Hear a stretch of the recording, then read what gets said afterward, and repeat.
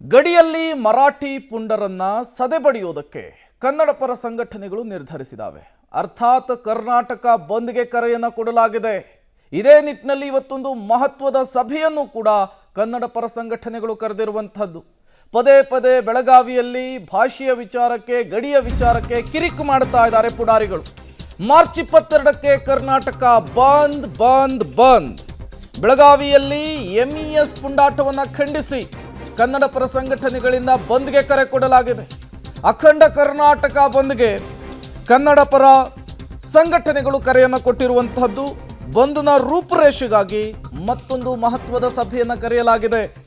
ಬಂದ್ಗೆ 2000ಕ್ಕೂ ಹೆಚ್ಚು ಸಂಘಟನೆಗಳು ಬೆಂಬಲವನ್ನು ಕೊಟ್ಟಿರುವಂತಹದ್ದು. ಯಾವ ರೀತಿ ಹೋರಾಟ ಮಾಡಬೇಕು, ಯಾವ ರೀತಿ ಪ್ರತಿಭಟನೆಯನ್ನು ಮಾಡಬೇಕು, ಯಾವ ರೀತಿ ಪ್ರೊಟೆಸ್ಟನ್ನು ಮಾಡಿದರೆ ಈ ಮರಾಠಿ ಪುಂಡರಿಗೆ ಬುದ್ಧಿ ಕಲಿಸಬಹುದು, ಎಲ್ಲದರ ಬಗ್ಗೆ, ರೂಪುರೇಷೆಗಳ ಬಗ್ಗೆ, ಬ್ಲೂ ಪ್ರಿಂಟ್ ಬಗ್ಗೆ, ಬೆಳಗಾವಿಯಲ್ಲಿ ನಡೆಸಬೇಕಾದಂತಹ ಹೋರಾಟದ ಬಗ್ಗೆ ಒಂದು ಮಹತ್ವದ ಸಭೆಯನ್ನು ಕರೆಯಲಾಗಿದೆ. ಈ ಮಹತ್ವದ ಸಭೆಯಲ್ಲಿ ಏನೆಲ್ಲ ವಿಚಾರಗಳು ಚರ್ಚೆ ಆಗುತ್ತೆ ಅನ್ನೋದನ್ನು ಕಾದು ನೋಡಬೇಕಿದೆ. ಒಂದು, ಕಂಡಕ್ಟರ್ ಮೇಲಿನ ಹಲ್ಲೆ, ಅದಾದ ಮೇಲೆ PDO ಮೇಲೆ ಆದಂತಹ ಹಲ್ಲೆ, ಪದೇ ಪದೇ ಭಾಷೆಯ ವಿಚಾರಕ್ಕೆ ಮರಾಠಿ ಪುಂಡರು ಈ ರೀತಿಯ ಕಿರಿಕನ್ನು ಮಾಡ್ತಾ ಇದ್ದಾರೆ. ಕಾಲು ಕೆರೆದುಕೊಂಡು ಜಗಳಕ್ಕೂ ಬರ್ತಾ ಇದ್ದಾರೆ. ಇವರಿಗೆ ತಕ್ಕ ಶಾಸ್ತಿಯನ್ನು ಮಾಡಬೇಕು ಅಂದರೆ ನಾವೇನೇ ಬೀದಿಗಿಳಿದು ಹೋರಾಟವನ್ನು ಮಾಡಬೇಕು. ಜನಪ್ರತಿನಿಧಿಗಳು ಮಾತನಾಡಲ್ಲ, ಅಲ್ಲಿಯ ರಾಜಕಾರಣಿಗಳು ಮಾತನಾಡಲ್ಲ. ನಾವು ದೊಡ್ಡ ಮಟ್ಟದ ಹೋರಾಟವನ್ನು ಮಾಡಬೇಕು ಅಂಥೇಳಿ ಕನ್ನಡ ಪರ ಸಂಘಟನೆಯವರು ಈಗ ನಿರ್ಧರಿಸಿದ್ದಾರೆ. ಹಾಗಾಗಿಯೇ ಕರ್ನಾಟಕ ಬಂದ್ಗೂ ಕೂಡ ಪ್ಲಾನನ್ನು ಮಾಡಿಕೊಂಡಿದ್ದಾರೆ. ಈ ಕರ್ನಾಟಕ ಬಂದನ್ನು ಯಶಸ್ವಿ ಮಾಡುವ ಮೂಲಕ ಈ ಮರಾಠಿ ಪುಂಡರ ಸೊಕ್ಕನ್ನು, ಅವರನ್ನು ಹುಟ್ಟಡಗಿಸಲಿಕ್ಕೆ ಬೇಕಾದಂತಹ ಸಿದ್ಧತೆಯನ್ನು ಇವತ್ತಿನ ಸಭೆಯಲ್ಲಿ ಚರ್ಚೆ ಮಾಡುವಂತಹ ಸಾಧ್ಯತೆ ಇದೆ. ಪದೇ ಪದೇ ಭಾಷೆಯ ವಿಚಾರಕ್ಕೆ, ಗಡಿಯ ವಿಚಾರಕ್ಕೆ ಕಿರಿಕ್ ತೆಗೆಯುವಂತಹ ಈ ಪುಡಾರಿಗಳಿಗೆ ದೊಡ್ಡ ಮಟ್ಟದ ಶಾಕ್ ಕೊಡೋದು ಹೇಗೆ ಅನ್ನೋದ್ರ ಬಗ್ಗೆ ಚರ್ಚೆ ಆಗುವ ಸಾಧ್ಯತೆ ಇದೆ.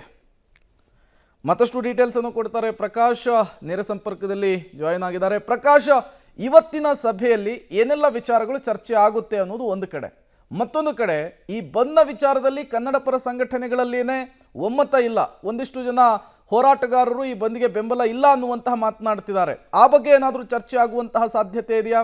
ಅವರನ್ನು ಕೂಡ ಮನವೊಲಿಸುವಂತಹ ಸಾಧ್ಯತೆ ಏನಾದರೂ ಕಾಣಿಸ್ತಿದೆಯಾ? ಹೇಗೆ ಅಂಥೇಳಿ ಪ್ರಕಾಶ್? ಪ್ರಮುಖವಾಗಿ ಅಖಂಡ ಕರ್ನಾಟಕ ಬಂದನ್ನ ಯಶಸ್ವಿಗೊಳಿಸಬೇಕು ಅನ್ನುವಂತಹ ಕಾರಣಕ್ಕಾಗಿ ಈಗಾಗಲೇ ವ್ಯಾಪಾರಸ್ಥರು, ಉದ್ದಿಮೆದಾರರು ಜೊತೆಗೆ ಸಾರಿಗೆ ಸಂಘಟನೆಗಳು ಸೇರಿ ಸುಮಾರು 2000ಕ್ಕೂ ಹೆಚ್ಚಿನ ಸಂಘಟನೆಗಳ ವಿಶ್ವಾಸವನ್ನ ಪಡೆದುಕೊಂಡಿದ್ದಾರೆ.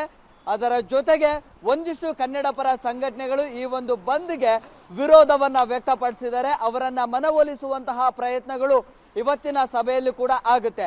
ಅದರ ಜೊತೆಗೆ ಬಂದ್ನ ರೂಪುರೇಷೆಗಳು ಹೇಗಿರಬೇಕು, ಎಷ್ಟು ಗಂಟೆಯಿಂದ ಎಷ್ಟು ಗಂಟೆ ತನಕ ಈ ಬಂದನ್ನ ಮಾಡಬೇಕು, ಜೊತೆಗೆ ರಾಷ್ಟ್ರೀಯ ಹೆದ್ದಾರಿಗಳನ್ನ ತಡೆಯುವಂಥದ್ದು, ಜೊತೆಗೆ ಒಂದಿಷ್ಟು DC ಕಚೇರಿಗಳ ಮುಂದೆ ಪ್ರತಿಭಟನೆ ಮಾಡುವಂಥದ್ದು, ಈ ರೀತಿಯ ಒಂದಿಷ್ಟು ಪ್ರಕ್ರಿಯೆಗಳಿಗೆ ಅಥವಾ ಒಂದಿಷ್ಟು ಪ್ಲಾನ್ಗಳನ್ನ ಮಾಡಿಕೊಳ್ಳುವಂತಹ ವ್ಯವಸ್ಥೆಗಳನ್ನ ಇವತ್ತಿನ ಸಭೆಯಲ್ಲಿ ಆಗುತ್ತೆ. ಅದರ ಜೊತೆಗೆ ರೈತರನ್ನ ಕೂಡ ಈ ಒಂದು ಹೋರಾಟದಲ್ಲಿ ಭಾಗಿಯಾಗೋದಕ್ಕೆ ಈಗ ರೈತ ಸಂಘಟನೆಗಳನ್ನ ಕೂಡ ಈಗ ಮನವೊಲಿಸುವಂತ ಪ್ರಯತ್ನಗಳಾಗುತ್ತೆ. ಜೊತೆಗೆ ನಗರಗಳಲ್ಲಿ ಮಾಲ್ಗಳನ್ನ ಬಂದ್ ಮಾಡುವಂಥದ್ದು, ಜೊತೆಗೆ ಸಣ್ಣ ಪುಟ್ಟ ಬೀದಿ ಬದಿ ವ್ಯಾಪಾರಿಗಳು ಕೂಡ ಈ ಒಂದು ಬಂದ್ನಲ್ಲಿ ಭಾಗಿಯಾಗಬೇಕು ಅನ್ನುವಂತಹ ಒಂದಿಷ್ಟು ಮನವಿಯನ್ನು ಕೂಡ ಮಾಡಲಾಗಿದೆ.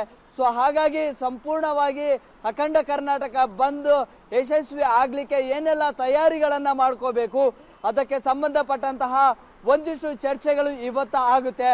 ಪ್ರಮುಖವಾಗಿ ಖಾಸಗಿ ಬಸ್ಗಳನ್ನ ಕೂಡ ನಿಲ್ಲಿಸಬೇಕು, ಜೊತೆಗೆ ಮೆಟ್ರೋ ಕೂಡ ತಡೆ ಮಾಡಬೇಕು ಅನ್ನುವಂತಹ ಒಂದು ಪ್ಲಾನ್ ಅನ್ನ ಮಾಡ್ಕೊಂಡಿದ್ದಾರೆ. ಸೊ ಹಾಗಾಗಿ ಡೈರೆಕ್ಟ್ ಮೆಟ್ರೋ ಒಳಗಡೆ ನುಗ್ಗಿ ಅಲ್ಲಿ ಪ್ರತಿಭಟನೆ ಮಾಡಬೇಕು ಅನ್ನುವಂತಹ ಒಂದಿಷ್ಟು ಚಿಂತನೆಗಳನ್ನ ಕೂಡ ನಡೆಸ್ಕೊಂಡಿದ್ದಾರೆ. ಅದರ ಬಗ್ಗೆ ಒಂದಿಷ್ಟು ಡಿಸ್ಕಷನ್ಗಳು ಆಗುವಂತಹ ಸಭೆಯಲ್ಲಿ ಕೂಡ ಆಗುತ್ತೆ. ಓವರ್ ಆಲ್ ಆಗಿ ಅಖಂಡ ಕರ್ನಾಟಕ ಬಂದ್ಗೆ ಏನೆಲ್ಲ ಪ್ಲಾನ್ಗಳನ್ನ ಮಾಡಬೇಕು, ಏನೆಲ್ಲ ಪೂರ್ವ ಸಿದ್ಧತೆಗಳನ್ನ ಮಾಡಬೇಕು, ಯಾವ ಸಂಘಟನೆಗಳು ಎಲ್ಲೆಲ್ಲಿ ಪ್ರತಿಭಟನೆಯನ್ನ ಮಾಡಬೇಕು ಅನ್ನೋದ್ರ ಬಗ್ಗೆ ಇವತ್ತಿನ ಸಭೆಯಲ್ಲಿ ಚರ್ಚೆ ಮಾಡಲಾಗುತ್ತೆ. ಓಕೆ, ಥ್ಯಾಂಕ್ ಯು ಪ್ರಕಾಶ್ ತಮ್ಮೆಲ್ಲ ಮಾಹಿತಿಗಾಗಿ.